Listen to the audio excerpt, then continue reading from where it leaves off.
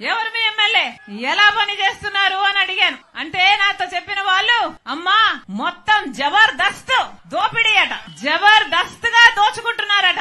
ఎలా ఉంది మీ ఎమ్మెల్యే అంటే, ఎమ్మెల్యే కాదమ్మా మంత్రి అన్నారు. పోనీ ఎలా ఉంది అంటే, మాకు ఒకరు కాదమ్మా నలుగురు మంత్రులు అన్నారు. నలుగురు ఏంటన్నా అంటే, ఎమ్మెల్యే గారు మంత్రి అట, భర్త మంత్రి అట, వాళ్ళ అన్నలిద్దరు కూడా మంత్రులేడట. యథేచ్ఛగా జబర్దస్త్ గా దోచుకుంటున్నారట. గ్రావెల్ వదలరంట, చెరువులోని మట్టి వదలరంట, ఇసుక వదలరంట, ఏది గాని వదలరంట.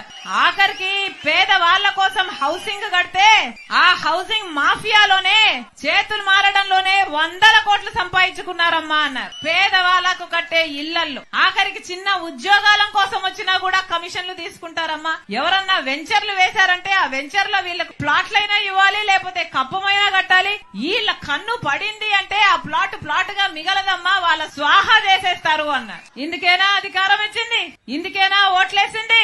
ఎక్కడ చూసినా అవినీతి, ఎక్కడ చూసినా డబ్బులమయం. ప్రజల గురించి ఆలోచన చేసేవాడు ఎవరైనా ఉన్నారా అంటే ఒక్కరు కూడా లేదు. ఇలా తయారైంది కదా. రాజశేఖర్ రెడ్డి బిడ్డను నన్ను అంటుంది, నేను అక్కడ తెలంగాణలో పార్టీ పెట్టానట, తెలంగాణలో పార్టీ పెట్టక ముందు నేను కాంగ్రెస్ పార్టీని దూషించానట, ఇప్పుడు కాంగ్రెస్ పార్టీలో ఎలా చేరాను అని అంటుంది. అమ్మా రోజమ్మా, మీకు గుర్తులేదేమో, నేను గుర్తు చేస్తాను. మీరు తెలుగుదేశం పార్టీలో ఐరన్ లెగ్ అన్న పేరుతో మీరు పిలువబడినప్పుడు రాజశేఖర్ రెడ్డి గారి గురించి మీరు ఎంతగా దూషణలు చేశారో ప్రజలు ఇంకా గుర్తే ఉన్నాయి.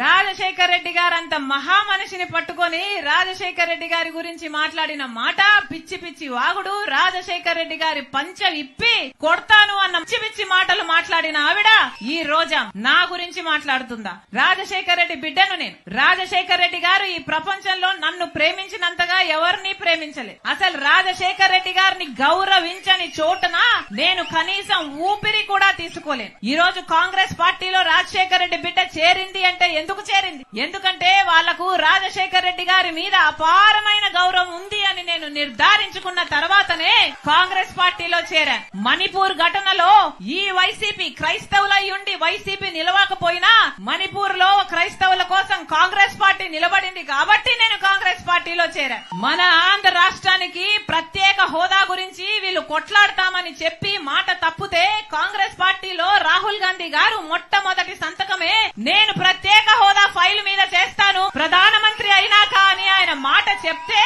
తర్వాత చేరాను నేను కాంగ్రెస్ పార్టీలో. నా గురించి మాట్లాడుతున్నారా? పైగా తెలంగాణలో పార్టీ పెట్టానట, నేను మూసేసి ఇక్కడికి ఎందుకు వచ్చాను అని అడిగింది.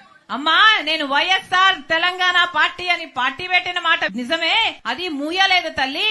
వైఎస్ఆర్ తెలంగాణ పార్టీ కాంగ్రెస్ పార్టీలో విలీనం చేశాం కాబట్టి కాంగ్రెస్ పార్టీ ఎంత కాలం బతికుంటుందో వైఎస్ఆర్ తెలంగాణ పార్టీ కూడా కాంగ్రెస్ పార్టీలో భాగమై బతికే ఉంటుంది.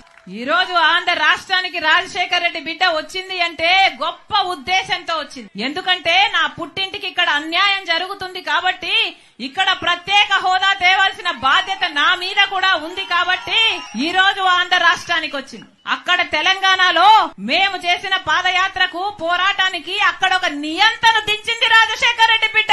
ఇక్కడ ఈ నియంత్రణను దించడానికి రాజశేఖర్ రెడ్డి బిడ్డ మళ్ళీ ఇక్కడ అడుగు పెట్టింది. పైగా తెలంగాణలో తెలంగాణ ప్రభుత్వం డబ్బులు ఇయ్యాలట, అవి నేను తీసుకురావాలట.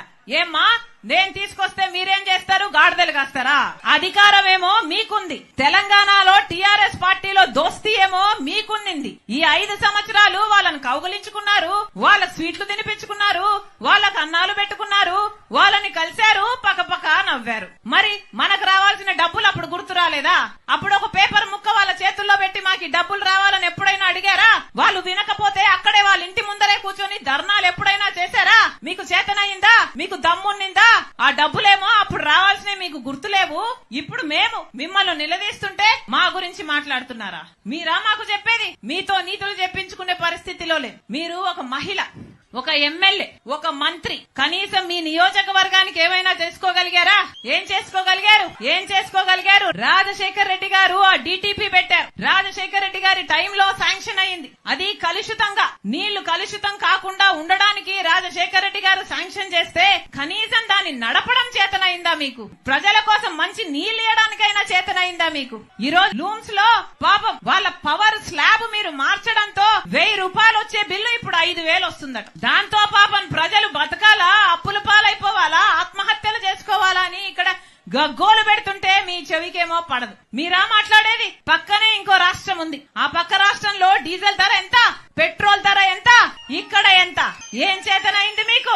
ఏం చెప్పారు ఆ రోజున? ఇదే వైసీపీ ప్రభుత్వం ఆ రోజు చెప్పలేదా మేము ధరలు తగ్గిస్తాము అని, సబ్సిడీలు ఇస్తాము అని ఆ రోజు చెప్పలేదా? అంతెందుకు మందు బాటలు కూడా పక్క రాష్ట్రంలో తక్కువేనట. ఇక్కడ క్వార్టర్ బాటిల్ ఎంత, అక్కడ క్వార్టర్ బాటిల్ ఎంత?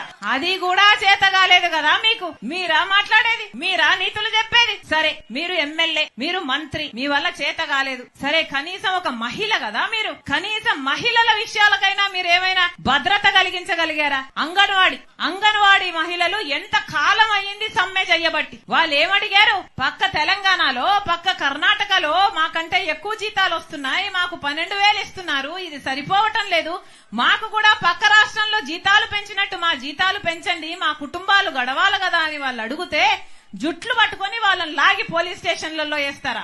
ఎన్నిసార్లు అంగన్వాడీ మహిళల మీద ఎన్ని దాడులు చేశారు ఆశా వర్కర్లు. వాళ్ళైనా ఏమడిగారు? వాళ్ళు కూడా అదే అడిగారు కదా. పాపం చిన్న చిన్న గ్రామాలలో ఆరోగ్యం చూసుకునే వాళ్ళు ఆశా వర్కర్. పోనీ వాళ్ళ మీదైనా గౌరవం ఉందా మీకు? మహిళలు కదా అంగన్వాడీ ఆశా వర్కర్లు అంటే. ఆ రోజు చంద్రబాబు గారు గుర్రాలతో తొక్కిచ్చారు. ఇట్లనే వాళ్ళు జీతాల కోసం పోరాడితే ఈ రోజు మీరు పోలీస్ బూట్ కాలు చేత తొక్కిస్తున్నారు. మీకు చంద్రబాబు గారికి ఏమిటి తేడా? మీరా రాజశేఖర రెడ్డి గారి ఆశయాల గురించి మాట్లాడేది?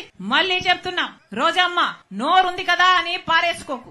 ఇదే పక్క రాష్ట్రంలో ఇలాగే రాజశేఖర రెడ్డి బిడ్డ మీద అధిక ప్రసంగం, ఇలాగే అతిగా మాట్లాడితే జనాలు వాళ్ళందరినీ ఓడగొడితే ఇప్పుడు వాళ్ళు ఇంట్లో కూర్చొని ఉన్నారు.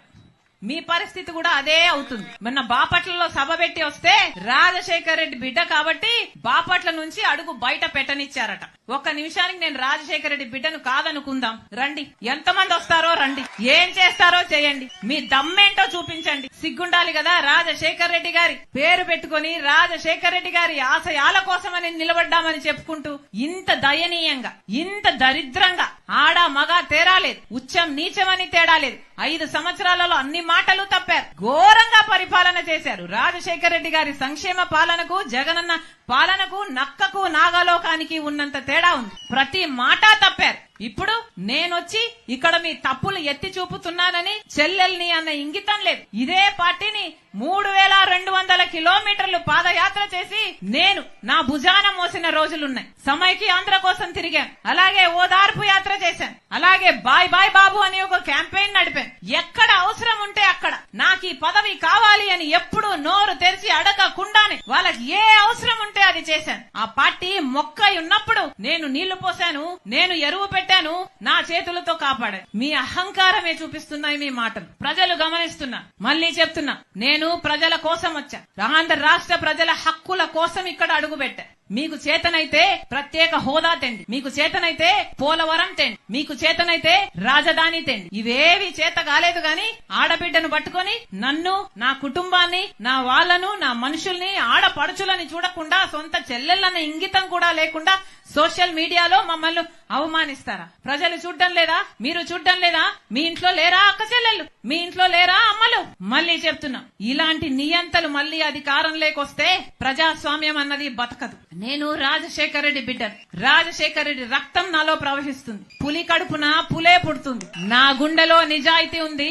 నా పుట్టింటి ప్రజలకు అన్యాయం జరిగింది కాబట్టి వాళ్ళ హక్కుల కోసం కొట్లాడడానికి వచ్చా. ఇక్కడ ప్రత్యేక హోదా వచ్చేంత వరకు రాజశేఖర రెడ్డి బిడ్డ ఇక్కడ నుంచి కదలదు. పోలవరం ప్రాజెక్టు పూర్తయ్యేంత వరకు రాజశేఖర రెడ్డి బిడ్డ ఇక్కడ నుంచి కదలదు. బ్రహ్మాండమైన రాజధాని వచ్చేంత వరకు రాజశేఖర రెడ్డి బిడ్డ ఇక్కడ నుంచి కదలదు. గాలేరు నగరి పూర్తయ్యేంత వరకు రాజశేఖర రెడ్డి బిడ్డ ఇక్కడ నుంచి కదలదు. ఆంధ్ర రాష్ట్ర ప్రజలకు చెందాల్సిన ప్రతి హక్కు కోసం రాజశేఖర రెడ్డి బిడ్డ మనసు పెట్టి పోరాటం చేస్తుందని మీకు మాటిస్తున్నా.